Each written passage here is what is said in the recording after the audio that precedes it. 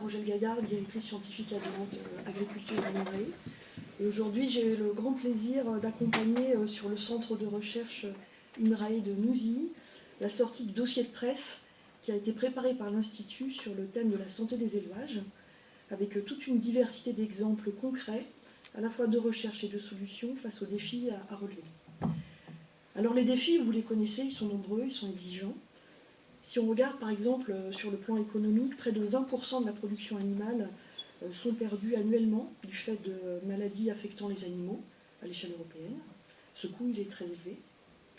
Sur le plan environnemental, des animaux en bonne santé produisent moins de gaz à effet de serre et nécessitent un recours moindre aux antibiotiques et aux anti-infectieux, ce qui limite bien évidemment les risques de résistance au traitement. Et enfin, sur le plan sociétal, on peut dire que la santé favorise le bien-être animal et réciproquement, et ce sont autant de facteurs de satisfaction à la fois pour les éleveurs comme les citoyens consommateurs.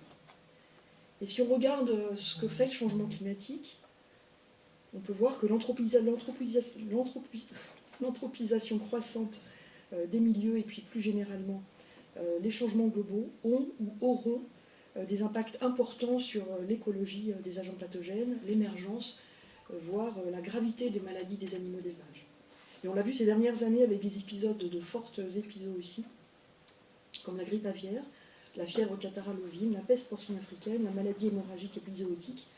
Et on peut citer aussi les foyers de dermatose nodulaire contagieuse des bovins, avec un nouveau foyer déclaré le 18 septembre dans le Rhône. Donc ce défi sur la santé animale, il est évidemment très connecté à celui de la durabilité des systèmes d'élevage, avec des enjeux de transition agroécologique, de valorisation de la production et de revenus des éleveurs à trouver et puis aussi à garantir. Alors on a dans ce dossier de presse identifié deux volets qui sont complémentaires et qui orientent nos recherches à INRAE. Ces recherches qui sont conduites avec de très nombreux partenaires. Vous voyez que la préservation de la santé animale est indispensable au bien-être des animaux, mais aussi des éleveurs, et au bon fonctionnement des exploitations. Et elle est indispensable pour préserver la santé humaine dans une approche amont d'une santé largement soutenue par l'Institut.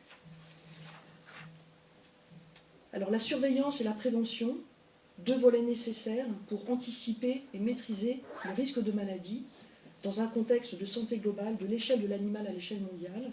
Les pathogènes ne connaissent pas de frontières, c'est une expression qui est souvent utilisée, mais qui reflète une réalité. Alors INRAE ne travaille pas sur toutes les maladies, elle fait partie de ce que l'on appelle l'équipe de recherche France, aux côtés de très nombreux partenaires, comme les écoles vétérinaires, le CIRAD, l'ANSES, l'Institut Pasteur, pour ne citer que, mais aussi avec l'ensemble des filières et des instituts techniques agricoles comme l'Institut de l'élevage, l'ITAVI, l'IFIP, ainsi que des partenaires privés, des coopératives agricoles et des éleveurs sur le terrain. Alors on produit des connaissances et on s'attache à leur mise en pratique sur le terrain, en confrontation directe avec la réalité. Et tout ce travail s'appuie notamment sur nos unités expérimentales qui s'adressent aux espèces, les vaches, les moutons, les chèvres, les porcs, les volailles et aussi les poissons, avec comme objectif d'accompagner les acteurs de la santé, les éleveurs, et de mettre au point des solutions qui sont appropriées. En cette rentrée, un programme prioritaire de recherche multipartenaire intitulé « Élevage durable des animaux, des humains, des territoires » sera lancé prochainement dans le cadre de l'agence de programme AgriLife, coordonnée par INRAE. Ce programme sera financé à hauteur de 45 millions d'euros et soutient des projets de recherche pour une durée de 5 ans. Il s'agit d'un programme ambitieux qui associe des recherches pour accompagner la transition des élevages vers davantage de durabilité et aussi des projets sur la santé animale. Et Fabrice Laurent, ici, vous donnera un exemple de projet financé. Alors, si on fait un petit focus sur le contenu de ce dossier de presse, ce qui nous réunit aujourd'hui, c'est le focus proposé qui porte sur les travaux d'INRAE pour répondre à la vaste problématique de la santé animale en élevage et plus particulièrement la maîtrise des maladies. Alors ce dossier de presse, il sort 10 jours avant le sommet de l'élevage à Clermont-Ferrand et il a pour vocation d'illustrer la manière dont la recherche se mobilise pour accompagner le monde de l'élevage face aux grands défis auxquels il est confronté. Et vous voyez, les recherches d'INRAE visent à développer des méthodes et des solutions pour mieux anticiper les maladies, éviter le recours aux abattages massifs, lourds de conséquences pour les éleveurs et les filières. Et différents leviers complémentaires sont à mobiliser, la vaccination, l'usage de nouvelles technologies pour repérer au plus vite les signes de maladie, des pratiques d'élevage, l'individualisation des traitements. Et nos travaux conduisent à des solutions qui actionnent donc des leviers complémentaires, d'une part sur la prévention, et là on peut citer la vaccination, la sélection génétique pour des animaux plus résistants, l'alimentation, des pratiques d'élevage comme la gestion du pâturage ou la distribution de médicaments, et un second volet qui est celui de la surveillance, avec le diagnostic, la surveillance à l'échelle de l'animal, des élevages, des territoires, avec la collaboration internationale indispensable pour anticiper les risques. Et donc nous sommes mobilisés sur la surveillance en coordonnant par exemple auprès de 10 autres organismes de la plateforme d'épidémiosurveillance en santé animale, nécessaire pour surveiller le territoire national sur tout type de maladies infectieuses. Et par exemple sur la dermatose nodulaire contagieuse ou la FCO, elle a notamment permis d'anticiper les zones de vaccination. Et vous aurez des exemples aujourd'hui pour traiter et pour avoir des informations sur ce sujet. Alors ce qui apparaît, ce qui est vraiment essentiel, c'est la nécessité de combiner des solutions, d'où ce double volet surveillance et puis prévention. Et pour prendre en compte, je vais vous donner un exemple de combinaison de solutions qui est celui de la lutte contre la paratuberculose. Donc c'est une maladie complexe qui touche les bovins et qui n'a aucun traitement efficace. Donc nos scientifiques ont développé d'une part sur le volet de la prévention, en lien avec des partenaires comme l'Institut de l'élevage, Eliance et Apigène, un index de sélection qui permet de sélectionner les animaux les plus résistants à la maladie. Et cet index, il est disponible pour les vaches laitières Holstein et normandes. Et chaque animal se voit attribuer un des 4 indicateurs génomiques suivants, très sensibles, standard ou résistants à la paratuberculose. Et ces indicateurs sont utilisés pour écarter les animaux les plus sensibles et puis identifier les taureaux porteurs de résistance dans les élevages. Et évidemment, ce qui est important aussi, c'est de pouvoir utiliser ces indicateurs en complément de moyens de dépistage.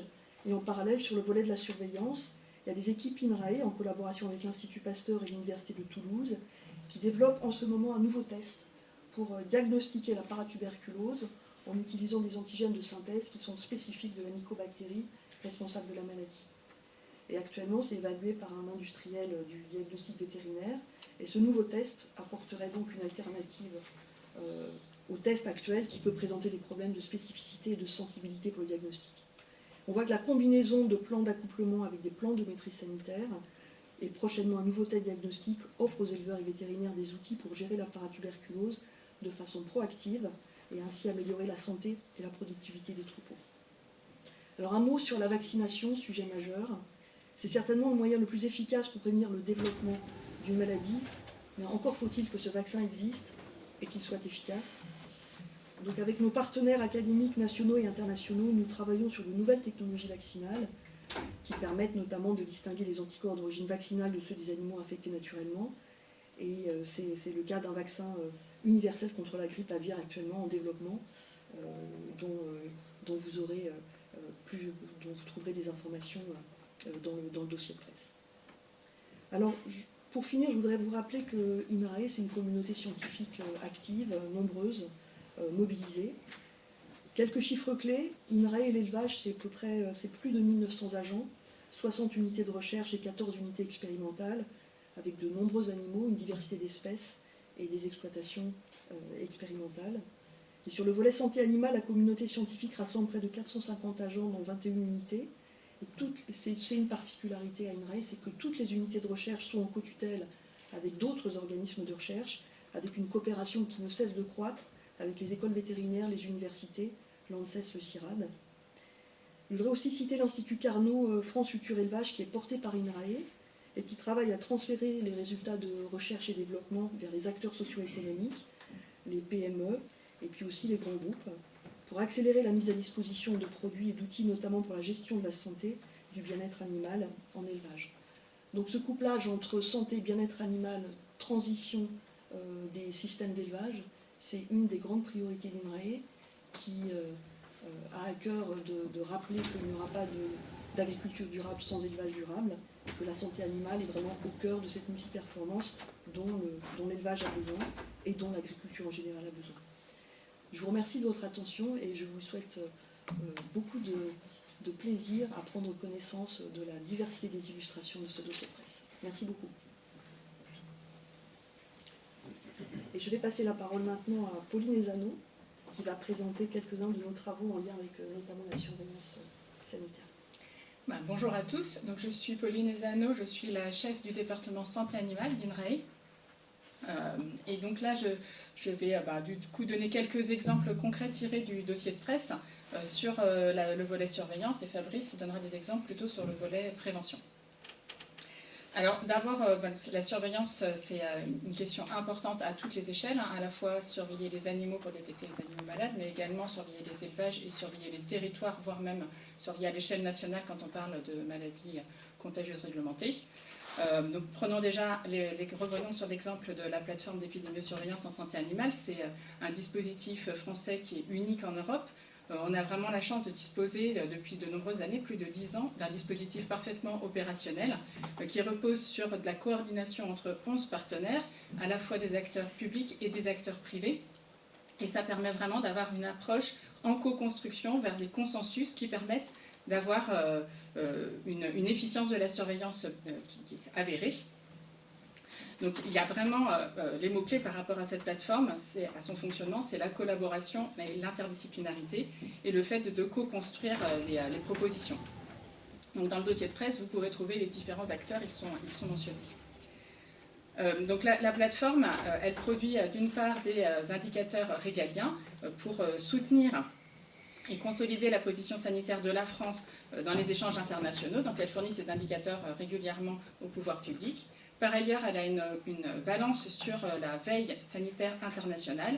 Donc, comme vous le savez, pour les maladies, on a un risque externe d'introduction des agents pathogènes depuis nos frontières, avec de nombreux agents pathogènes qui sont très proches du territoire national. Et donc, cette veille sanitaire internationale est vraiment requise pour pouvoir anticiper au maximum l'émergence de nouveaux agents pathogènes. Pour ce faire, elle utilise de nombreuses sources de données, à la fois bien sûr des données officielles, mais également des données plus informelles, par exemple des données sur le web. Et donc nos équipes à INRAE ont développé un outil basé sur des méthodes d'intelligence artificielle pour être en capacité de faire une détection précoce de ces signaux d'alerte sur le web et donc d'apporter un complément d'information par rapport aux données plus officielles, mais qui sont souvent très peu nombreuses pour les maladies qui ne sont pas encore présentes sur notre territoire. Par ailleurs, la plateforme dispose d'un très grand nombre de groupes de travail avec la chance d'avoir beaucoup d'experts des différents organismes partenaires de la plateforme qui sont partie prenante de ces groupes de travail. Et ces groupes de travail permettent de concevoir, de déployer, d'animer, de valoriser et d'évaluer des dispositifs de surveillance. Donc, je vais vous donner un exemple avec le groupe de travail qui s'appelle Omar Bovin, qui s'intéresse à la surveillance de la mortalité des bovins, qui utilise des données qui sont collectées par ailleurs, notamment des données de détention des bovins et des données d'équarrissage, quand on élimine les carcasses des animaux qui sont non consommables. Et donc, de suivre cette mortalité dans le temps et dans l'espace, ça permet plusieurs choses. Tout d'abord, ça permet de détecter des événements inhabituels et qui pourraient être dus à une surmortalité due à l'émergence d'une maladie, par exemple. Ça permet également de quantifier l'impact d'événements connus. Donc, par exemple, quand il y a une vague de chaleur, on sait très bien que ça va avoir un impact et ça permet de quantifier cet impact via la mortalité des animaux. Et ça permet également de détecter les élevages qui sont les plus à risque, par exemple, qui vont avoir une surmortalité par rapport à leurs voisins, et donc de pouvoir planifier des audits ou des bilans sanitaires de manière ciblée et intervenir de manière plus efficace. Donc voilà, ce sont quelques exemples des travaux menés par la plateforme. Il y en a bien d'autres que vous pourrez découvrir dans le dossier de presse. Alors j'aimerais ensuite donner d'autres exemples plus en lien avec les travaux que nous menons à INRAE en mobilisant des approches de modélisation et d'intelligence artificielle pour contribuer à mieux surveiller les animaux et les élevages, en plus de celui que je viens de vous mentionner sur la veille sanitaire internationale. Alors un premier exemple, c'est une application qui a été développée pour prévoir le risque d'introduire un virus par le transport de ces vecteurs depuis l'extérieur et par les vents. Et c'est un travail qui a eu lieu notamment pour prévoir le risque d'introduction de nouveaux sérotypes de fièvre catarrhale-ovine ou du virus de la maladie hémorragique épizootique depuis les pourtours de la France, là où il y avait des foyers avant l'émergence dans le sud-ouest. Il y a également une autre application, First 1, qui est disponible sur le web librement, qui permet de soutenir les vétérinaires, les services vétérinaires dans le traçage des contacts épidémiologiques. Donc les services vétérinaires mènent des enquêtes quand il y a un foyer détecté, notamment par exemple pour la grippe aviaire. Donc à partir de cet élevage détecté comme infecté, ils vont faire un traçage pour trouver tous les élevages qui ont eu des contacts épidémiologiques avec cet élevage infecté. Donc soit parce qu'ils ne sont pas loin, soit parce qu'ils ont eu des échanges d'animaux, etc. De manière à pouvoir intervenir le plus rapidement possible. À l'heure actuelle, la fenêtre de temps sur laquelle ce traçage est effectué est de 21 jours, la période d'incubation moyenne de la maladie. Mais cette période moyenne, elle est considérée comme étant la même pour tout le monde, et on sait très bien que ça va en fait varier en fonction des spécificités des élevages. Et donc dans cette application, ils ont pu prendre en compte les spécificités des élevages, donc par exemple l'espèce qui est élevée, la taille de l'élevage, est-ce qu'ils ont introduit des animaux récemment, est-ce qu'il y a eu de la mortalité observée, etc. Et donc ça permet d'avoir une bien meilleure efficacité dans cette traçabilité et donc de pouvoir intervenir plus rapidement et également de trouver l'origine de l'infection. Un autre exemple qui intéresse plutôt les citoyens, c'est une application qui a été développée, alors encore une fois en utilisant des méthodes d'intelligence artificielle, pour faciliter l'identification visuelle des tiques. Donc les citoyens, s'ils voient des tiques sur eux-mêmes ou sur leurs animaux de compagnie, peuvent les prendre en photo avec leur smartphone. L'application va permettre une identification de ces tiques, au moins du genre, et puis ensuite, pour aller plus loin, ils peuvent prélever la tique et l'envoyer par la poste aux équipes qui recensent ces échantillons et qui vont plus loin dans l'identification. Et ça permet, d'un autre côté, d'avoir une surveillance par les citoyens et de pouvoir estimer la présence au moins de ces tiques quand on a des échantillons récurrents qui arrivent d'une même zone et à une même période. Donc c'est vraiment à la fois gagnant pour la surveillance et pour la recherche et gagnant pour les citoyens qui du coup contribuent à ce processus mais également sont plus alertés sur les risques associés aux tiques et les pathogènes qu'ils peuvent transmettre. J'ai ensuite deux autres exemples pour terminer qui s'intéressent plutôt à la surveillance des animaux. Alors, on a dans nos équipes développé une méthode de vidéosurveillance du bien-être et de la santé des volailles. Donc, avec cette application, les volailles sont suivies individuellement dans les élevages, en continu. Et cela permet, en comparant le comportement des volailles entre les différents animaux d'un même bâtiment, et aussi en comparant le comportement de cette volaille avec le comportement qu'elle avait auparavant, ça permet de détecter des déviations par rapport au comportement qui serait attendu. Et donc ça peut signer un événement probable et donc alerter l'éleveur pour qu'il intervienne. Bien sûr, ça ne remplace pas la surveillance classiquement faite par les éleveurs de manière visuelle, mais quand on commence à avoir un certain nombre d'animaux à surveiller, c'est très difficile d'avoir un suivi individuel, et surtout c'est impossible d'avoir un suivi en continu. L'éleveur ne peut pas être constamment en train d'observer ses animaux, et donc c'est vraiment complémentaire de disposer de ce type de méthode pour avoir un confort et un système qui alerte quand il faut intensifier la surveillance par l'éleveur. Et un autre exemple qui est plutôt utilisé en élevage bovin, alors qui est encore en phase de test, c'est un outil qui couple des capteurs et des approches de modélisation, donc avec une application, pour aider à mieux gérer les troubles respiratoires des jeunes animaux, donc des jeunes bovins. Comme chez les humains, les jeunes animaux ont très régulièrement des problèmes respiratoires qui peuvent entraîner l'usage d'antibiotiques pour soigner les animaux qui sont malades, dans un souci de bien-être de ces animaux malades, mais qui parfois génèrent plus d'usage d'antibiotiques parce que les animaux sont conduits en lot d'animaux, donc un petit lot, généralement c'est entre 10 et 20 animaux en France, qui sont engraissés en même temps. Mais souvent, on estime que dans un lot, quand on commence à avoir plusieurs cas d'animaux qui sont malades, il est fort probable que les autres animaux du lot soient également infectés et donc nécessitent également un traitement antibiotique, tant est qu'ils soient infectés par une bactérie. Le problème, c'est que souvent, c'est lié à une détection uniquement visuelle, donc on arrive assez tard, on arrive au moment où on a des premiers symptômes cliniques avérés. Et si on pouvait disposer de méthodes qui permettent de détecter plus précocement, non seulement on pourrait traiter plus précocement, donc réduire l'usage des antibiotiques, puisqu'on sait que les traitements sont plus efficaces si on traite plus précocement, et en plus on interviendrait avant que ça se transmette trop au niveau du lot. Donc l'outil qui a été développé vise vraiment à cela, à avoir un système de surveillance en continu, comme pour la volaille, de détection plus précoce, et en plus il fournit une information à l'éleveur pour savoir s'il vaut mieux, dans les conditions de son élevage, intervenir uniquement sur les cas détectés ou à l'échelle du lot parce qu'on est déjà potentiellement un peu tardif.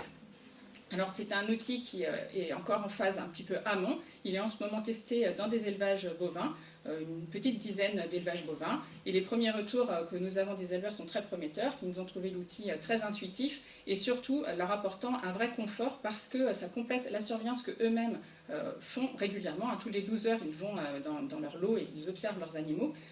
Mais là, on a une surveillance qui est active en continu et donc c'est vraiment un confort pour eux de savoir qu'ils vont avoir un autre outil qui va venir compléter leur propre surveillance.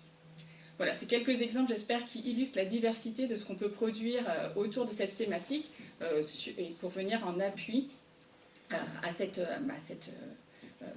démarche requise pour garantir la bonne santé des élevages avant que les maladies n'arrivent, donc avoir une surveillance la plus précoce possible et ce à toutes les échelles. Et je passe maintenant la parole à Fabrice qui va vous parler plutôt de prévention. Bonjour à tout le monde, Fabrice Laurent, je suis chef de département adjoint pour le département santé animale et je vais vous dire tout le bénéfice qu'on peut obtenir avec la prévention pour la santé à la fois des animaux et des territoires. Pauline vient de l'évoquer, en fait la prévention sert surtout à bloquer très précocement les maladies et toutes les conséquences. Donc ça va être évidemment les conséquences pathologiques sur les animaux, ça va être amélioration de leur bien-être si on arrive à protéger ça. Limiter l'usage évidemment des antimicrobiens qu'on va utiliser en élevage, les conséquences socio-économiques évidemment pour les éleveurs qu'on va avoir, donc liées directement avec la rentabilité des élevages. Et donc on a pour ça un certain nombre de leviers qu'on peut mettre en œuvre, donc certains ont été évoqués, la vaccination, certains nouveaux anti-infections qui peuvent être produits et mis dans l'alimentation en continu, en particulier des produits naturels par exemple, dont je reviendrai un peu tout à l'heure. Des mesures d'hygiène évidemment dans les élevages, la génétique des animaux qui peut être particulièrement utile, et puis un certain nombre de pratiques d'élevage et le contrôle des vecteurs pour les maladies vectorisées dont on entend beaucoup parler aujourd'hui peut être un des moyens dont on peut faire de la prévention.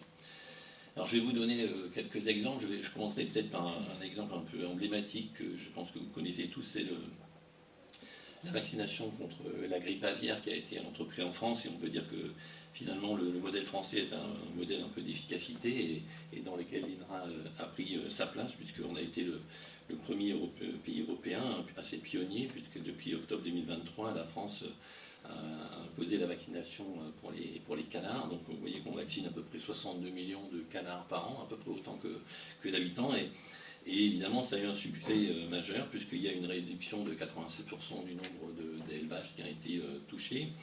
Et les coûts économiques les gains en tout cas, sont particulièrement importants, puisque la crise coûtait à peu près un peu plus d'1 milliard d'euros, et les coûts de la vaccination tournent entre 20 et 30 millions. Donc vous voyez que le gain est presque de 20 ou 30 fois supérieur. Donc ce volet de prévention est particulièrement important aujourd'hui. Et donc on a participé aussi à ces essais, en tout cas notre unité d'UMR IHAP qui est localisée à Toulouse, et qui est en UMR avec l'école vétérinaire de Toulouse. Et nos collègues qui participent aussi à la chaire de sécurité aviaire ont participé notamment à un certain nombre d'essais qui ont été faits sur les premiers vaccins qui ont été évalués. Puis ensuite les challenges infectieux pour évaluer la qualité des vaccins qui a été mis par 2 entreprises privées qui sont aujourd'hui commercialisées, ont été réalisés par nos collègues de l'ANSES. Et donc c'est bien ce continuum qu'évoquait aussi tout à l'heure Claire avec les différents acteurs. Et aujourd'hui, on continue d'accompagner en fait le déploiement, et on travaille à optimiser un peu la logistique de la biosécurité en élevage, notamment en suivant le statut sanitaire, y compris dans la faune sauvage en particulier. Au-delà de ça, il y a eu la crise donc, sur les canards, mais où il y a eu beaucoup cette année d'infections. Alors pas tant en France, heureusement, mais en tout cas aux États-Unis, il y a eu des millions de volailles qui ont été abattues. Et donc on travaille aujourd'hui sur la mise au point de vaccins qui pourraient être utilisés contre ces animaux, et avec un certain succès. Donc ça, c'est des travaux qui sont réalisés par nos collègues de l'UMR VIM à Jouy-en-Josas, en collaboration avec l'Université de Québec à Montréal.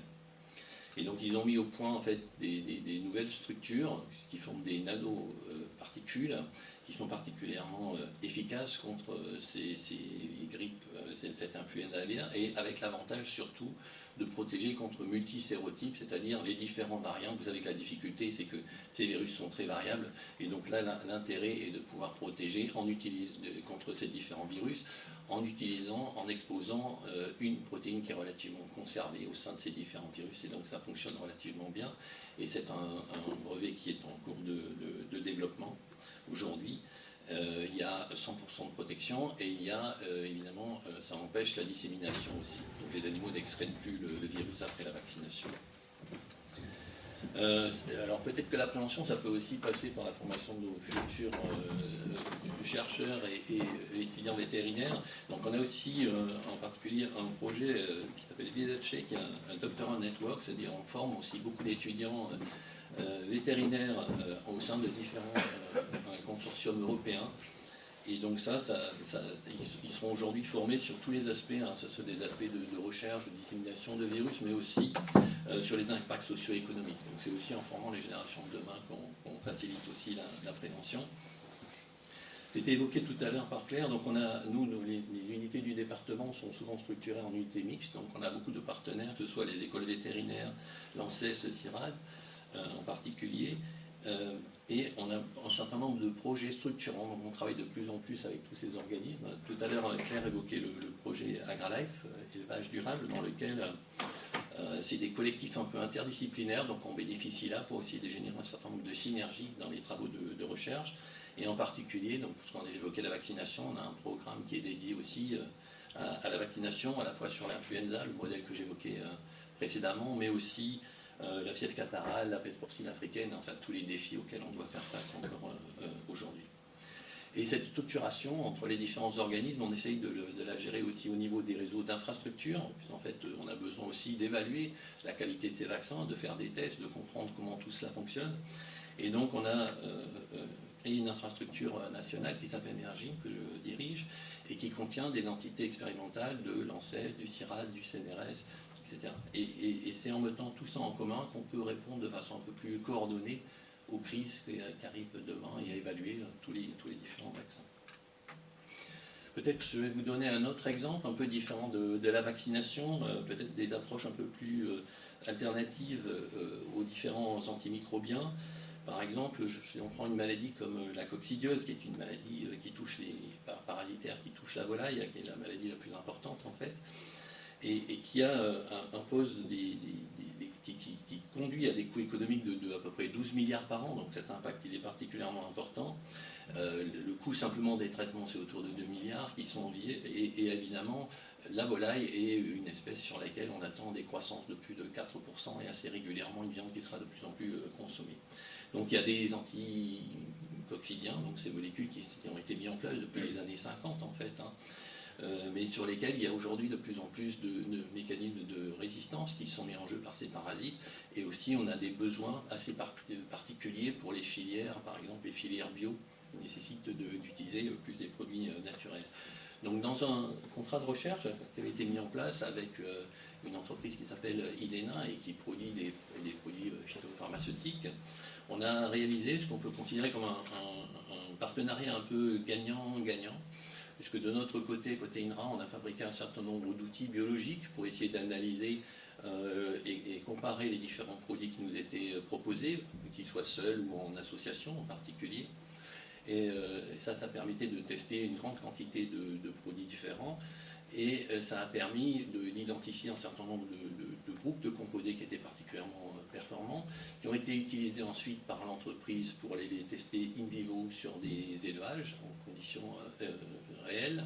Et suite à ça, ils ont commercialisé un produit qui s'appelle Forstix PY et qui est combiné d'un certain nombre d'associations d'huiles essentielles et de produits phytopharmaceutiques.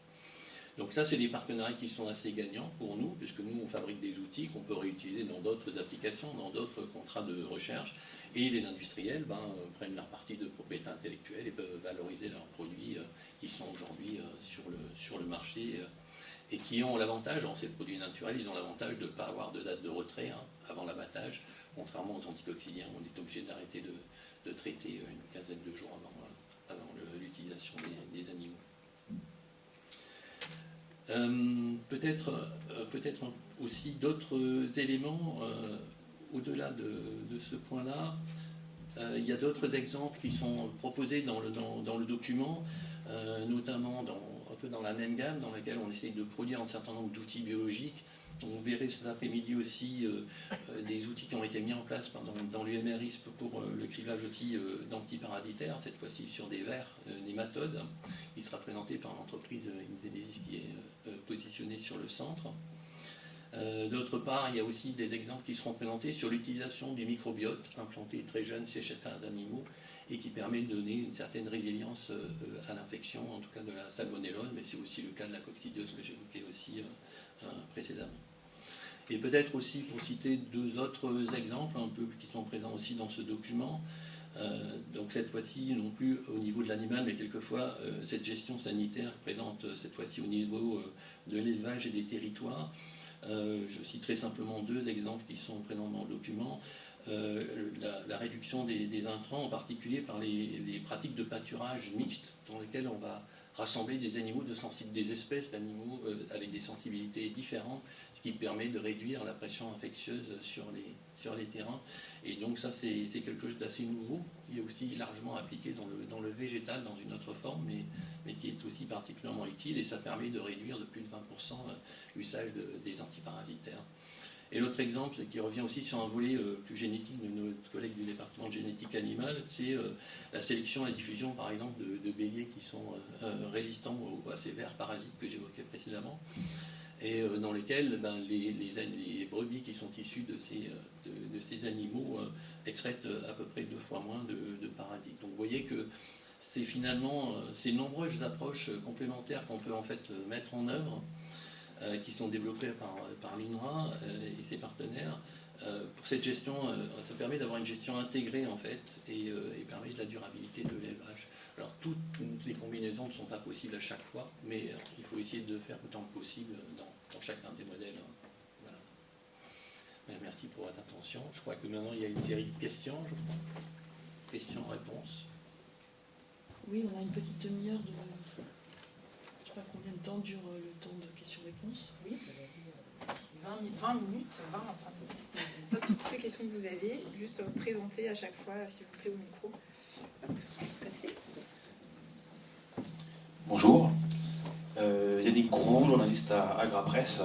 Vous avez cité dans tous les travaux de recherche l'un des intérêts qui était de fournir des alternatives à l'abattage massif pour empêcher le développement de certaines maladies. Quels sont les principaux freins aujourd'hui au développement de ces alternatives? Qu'est-ce qui bloque?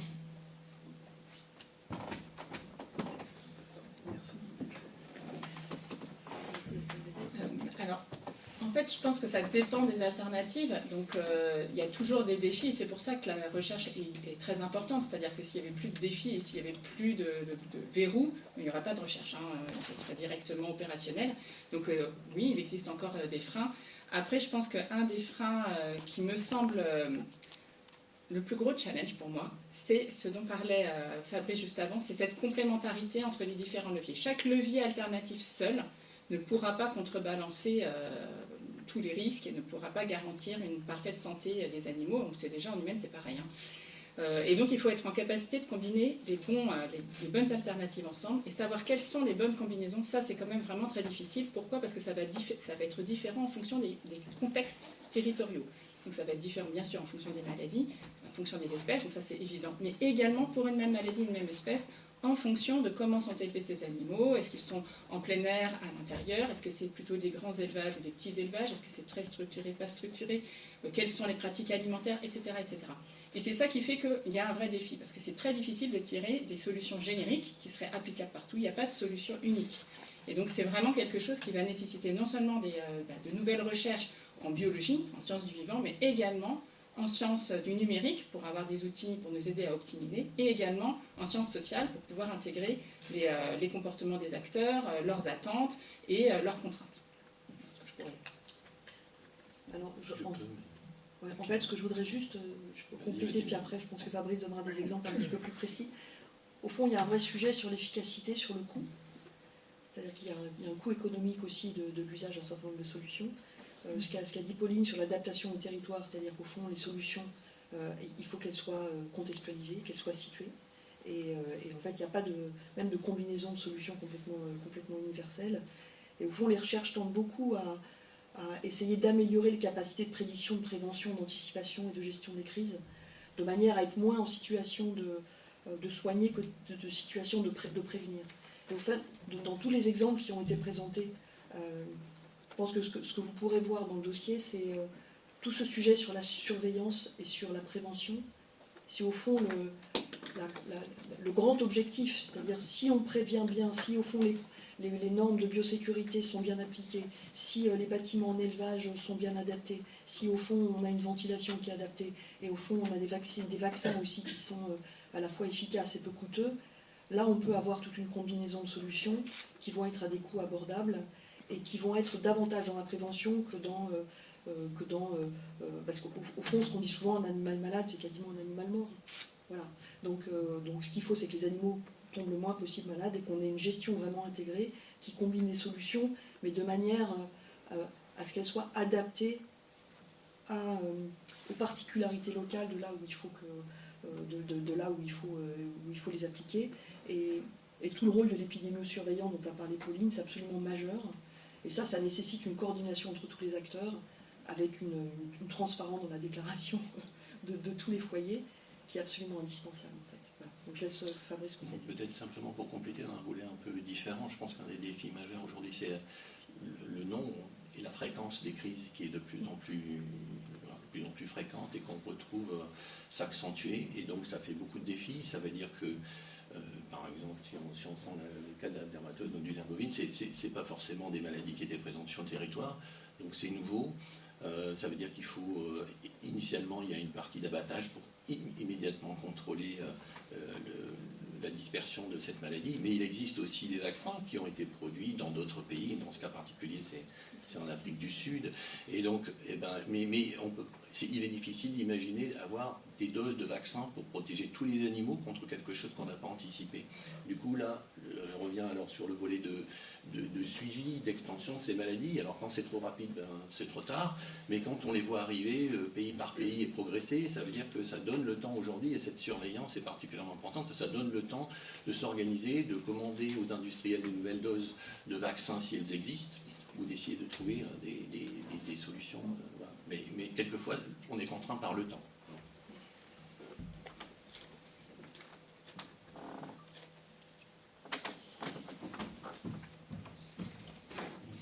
Bonjour, Hugues Le Gallec, la Nouvelle République.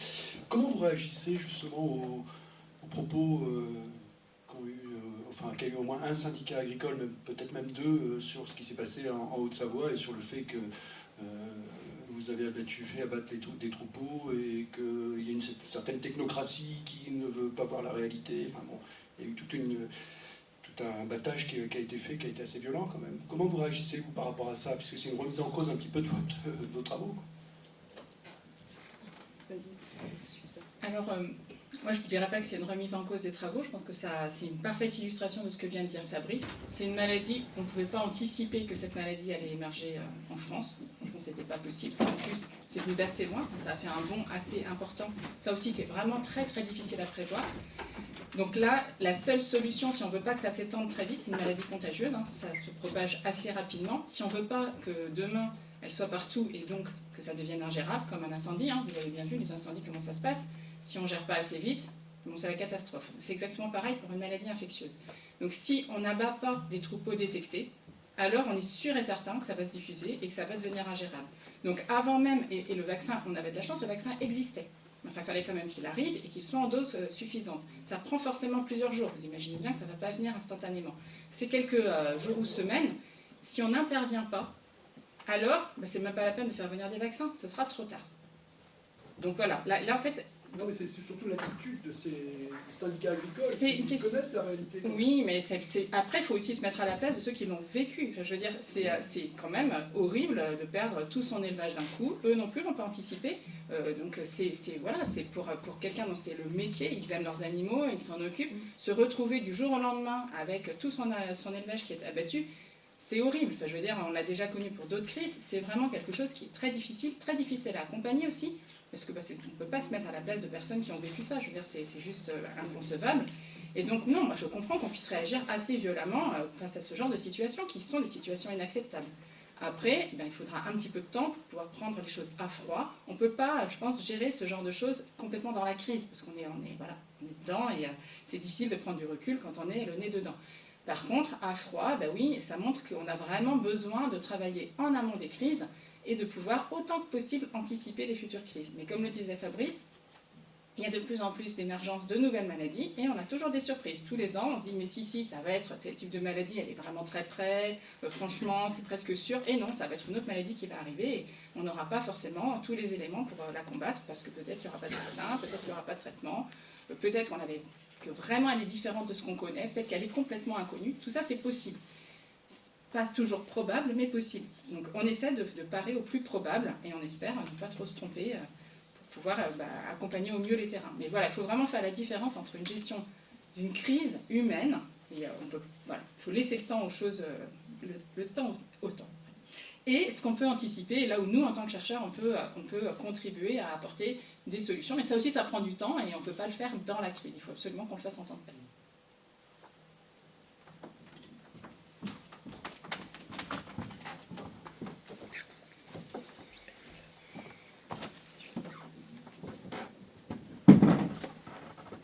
Bonjour, Juliette Guéry, journaliste pigiste. Peut-être pour revenir sur la pression sanitaire qui s'accentue d'année en année, j'ai trouvé intéressant que vous parliez de gestion de la crise au niveau des territoires. Donc ça rejoint un peu l'approche One Health.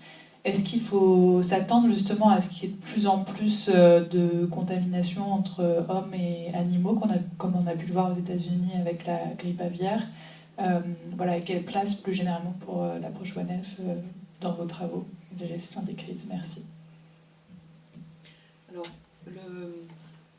donc l'approche un monde, une santé, c'est une approche qui est largement soutenue par INRAE, avec ce lien entre l'environnement, avec à la fois les plantes, le sol, l'eau, les animaux et puis aussi les humains. Alors ensuite, il ne faut pas non plus avoir cette espèce de vision que toute maladie animale est transmissible à l'homme.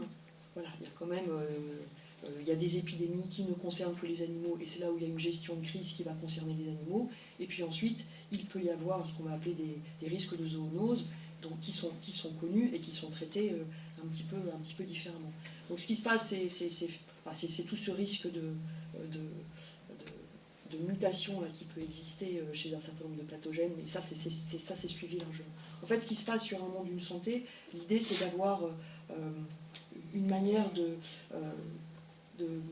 gérer de manière intégrée, c'est-à-dire de gérer de manière intégrée un petit peu l'équilibre de l'environnement nécessaire pour que des pathogènes n'aient pas une écologie qui soit complètement différente de celle que l'on connaît, qui permet d'être suivie par des approches épidémiologiques. Au fond, l'approche un monde, une santé, c'est aussi arriver à avoir une gestion de l'équilibre de l'environnement qui ne crée pas des crises écologiques pour des pathogènes qui bougeraient et qui iraient, qui changeraient complètement de zone de contamination.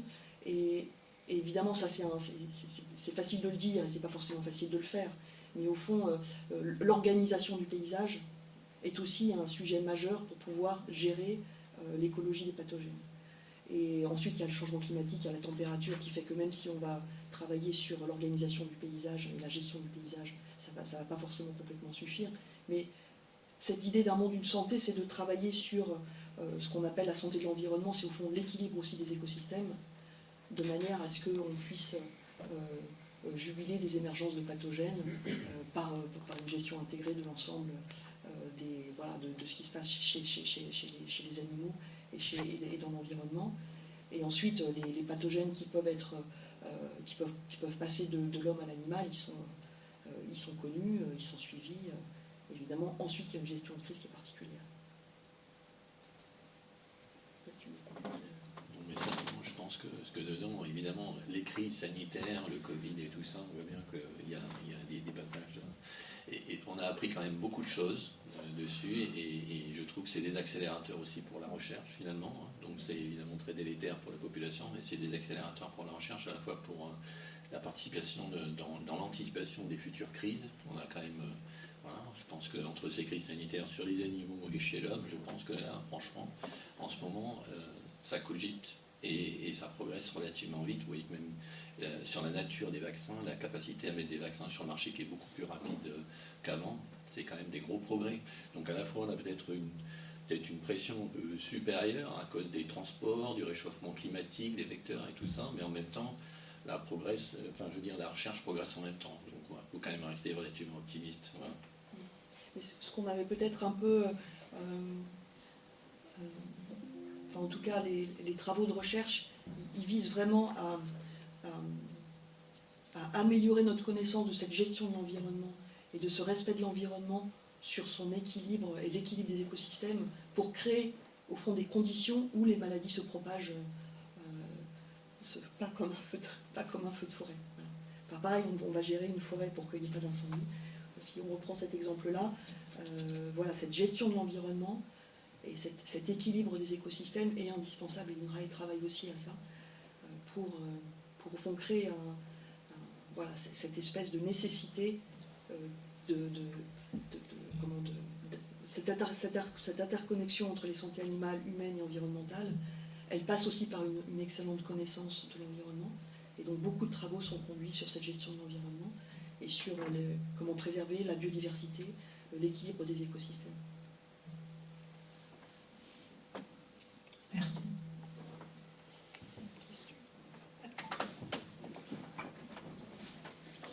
Oui, est-ce que vous pourriez développer 2 points que vous avez évoqués dans votre propos?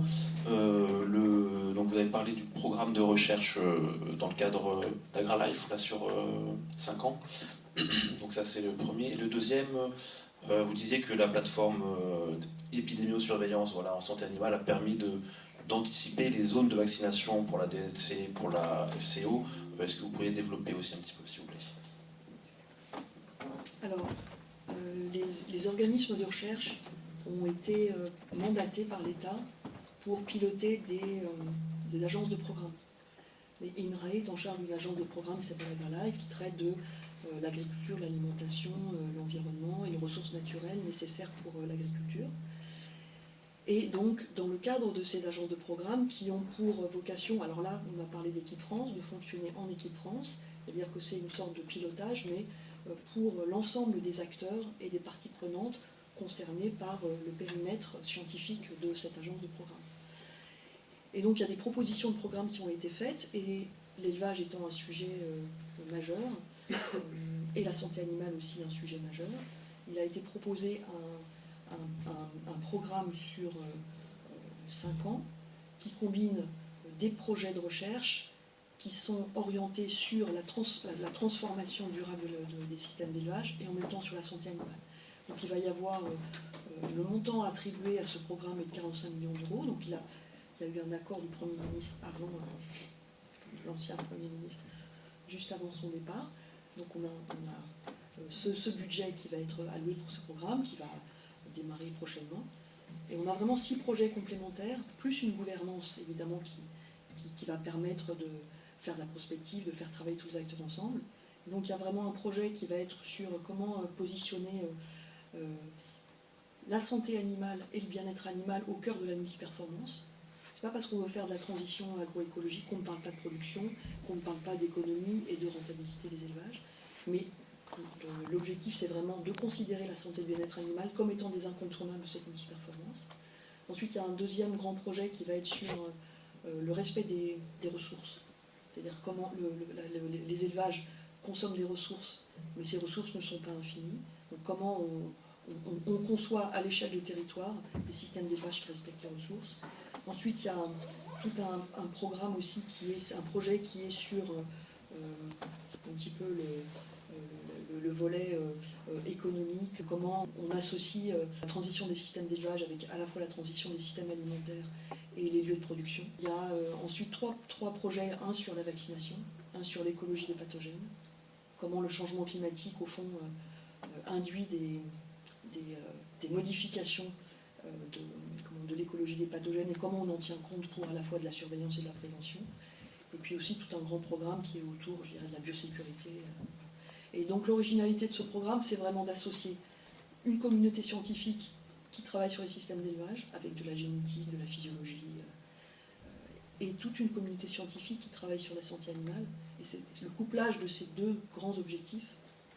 Et on a considéré que c'était comme ça qu'il fallait faire avancer la transition des systèmes d'élevage. Et puis ensuite, il y a tout un volet sur les infrastructures. Et puis peut-être que Fabrice, tu vas en dire un petit peu plus sur... Dans les infrastructures expérimentales, je citais tout à l'heure, c'est vraiment quelque chose qui est absolument nécessaire pour l'évaluation de toutes les solutions qu'on peut mettre, qu'on va vouloir mettre sur le marché. Donc les infrastructures expérimentales, je vous l'ai dit, elles sont organisées un petit peu en réseau. Vous échangerez avec le directeur d'une de celles-ci cet après-midi, Rodrigo, je ne sais pas s'il est encore... Oui, et donc, on a à la fois besoin d'avoir toutes les mesures de biosécurité, donc on a des travaux de jouvence à faire dans un certain nombre de ces unités expérimentales, et donc c'est l'association à la fois de cet ensemble qui permet de répondre rapidement aux crises. Pour les infrastructures en particulier, je dirais que là, les fonds sont dédiés à la partie de jouvence et qu'on a vraiment besoin de ces fonds pour qu'elles soient totalement performantes en termes de biosécurité et aussi d'avoir les équipements les plus performants pour pouvoir répondre aux questions de demain dans ces infrastructures. Donc là, c'est vraiment une aide qui était particulièrement attendue. Et ce programme, donc il est dirigé par INRAE, mais avec en co-direction personnes du CIRAD et des écoles vétérinaires. Voilà, ces infrastructures, je vous le disais, c'est pas simplement que celle de l'INRA, il y a celle du CIRAD, de l'ANSES, tous les organismes sont rassemblés là pour essayer de travailler de concert et en synergie. Et donc sur votre deuxième question, je vais prendre l'exemple de la DNC. Donc il y avait sur la plateforme d'épidémiosurveillance en santé animale, il n'y avait pas encore forcément de groupe de travail sur la DNC puisque ce n'était pas censé arriver. Et en quelques jours, en fait, vu que c'est une plateforme qui est vraiment multi-partenaire, donc le COPIL a été saisi très rapidement. Il y a une espèce d'écho, je suis désolée. Le COPIL a été saisi très rapidement pour qu'un groupe de travail soit validé. Donc on ne crée pas un groupe de travail comme ça, c'est pas auto-suggéré. Il faut que ce soit porté par les gestionnaires du risque. Il faut que le travail qui est fait dans le groupe de travail serve réellement à quelque chose et soit remobilisé ensuite par les gestionnaires du risque. Mais là, ça a pris peut-être 3 ou 4 jours pour que le groupe de travail soit créé, que des experts soient mobilisés et qu'ils travaillent sur les premiers foyers qui ont été détectés, qu'ils analysent la situation avec les données qu'ils avaient à disposition. On n'a pas beaucoup de données quand c'est une émergence, mais ils ont donc fait une quantification des risques associés, ils ont évalué la situation et ils ont recommandé la mise en œuvre d'un protocole de surveillance pour, comme je le disais un petit peu pour la grippe aviaire, c'était un petit peu pareil, détecter le risque autour des foyers détectés et de savoir où est-ce qu'on en était et qu'est-ce qui pouvait être le plus opérationnel en tenant compte des informations qu'on avait sur l'existence d'un vaccin, sa mobilisation possible ou non, etc. Et donc, alors je ne peux pas vous donner beaucoup plus de détails parce que je n'étais pas moi-même dans le groupe de travail, mais ça vous donne un peu une idée de comment ça fonctionne. C'est-à-dire que donc il y a, je ne sais plus combien, une petite trentaine, je crois, en tout, de groupes de travail. Et donc très régulièrement, le COPIL de cette plateforme se réunit, qui associe tous les partenaires, et décide si on poursuit, si on arrête, s'il y a des grandes orientations à donner. Et après, les groupes de travail sont quand même autonomes, donc c'est eux qui prennent un peu en main des questions qui leur semblent prioritaires pour la thématique qu'on aura assignée. Je ne sais pas si ça répond à peu près à votre... Il ne faut pas hésiter à aller il y a un site web de la plateforme d'épidémiosurveillance et il y a beaucoup d'informations qui sont données sur le mode de fonctionnement, sur les différents groupes de travail, les livrables aussi qu'ils fournissent régulièrement à la fois au pouvoir public, mais pas seulement. C'est aussi des plaquettes, beaucoup d'informations sur des conseils, des recommandations. Alors ils travaillent vraiment sur la surveillance, pas du tout sur les interventions. C'est deux choses différentes. Eux, leur focus, c'est la surveillance. On pourrait peut-être préciser que cette plateforme d'épidémiosurveillance, elle est pilotée, INRAE la coordonne, mais c'est sous gouvernance du ministère de l'Agriculture.